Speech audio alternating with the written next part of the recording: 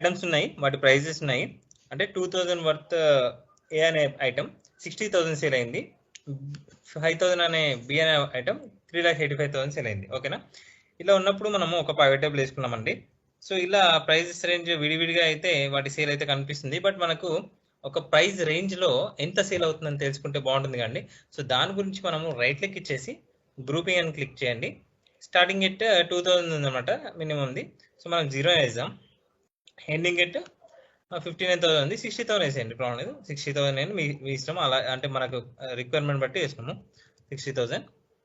So 10,000 by 10,000 తోని ఒక grouping లాగా చేస్తున్నాం అనమాట. ప్రతి 10,000 కి గ్రూపింగ్ లాగా చేస్తున్నాం అనమాట. ఓకేనా? ఓకే కొట్టగానే సో 0 to 9,999 వచ్చేసి సేల్ అనేది ఇంత అవుతుంది.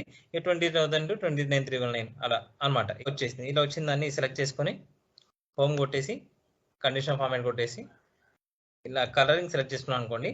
హైయెస్ట్ కలర్ గ్రీన్ కలర్ వచ్చేసి 0 to 10,000 ఉండే ప్రైస్ రేంజ్ ఉండే ఐటమ్స్ వచ్చేసి ఇంత సేల్ అవుతున్నవి అని మనము ఈజీగా, అంటే కస్టమర్ 0 to 10,000 ఉండే కస్టమర్స్ ఎక్కువ సేల్ వస్తుంది అనేది తెలుసుకోవచ్చు అనమాట. ఓకేనా?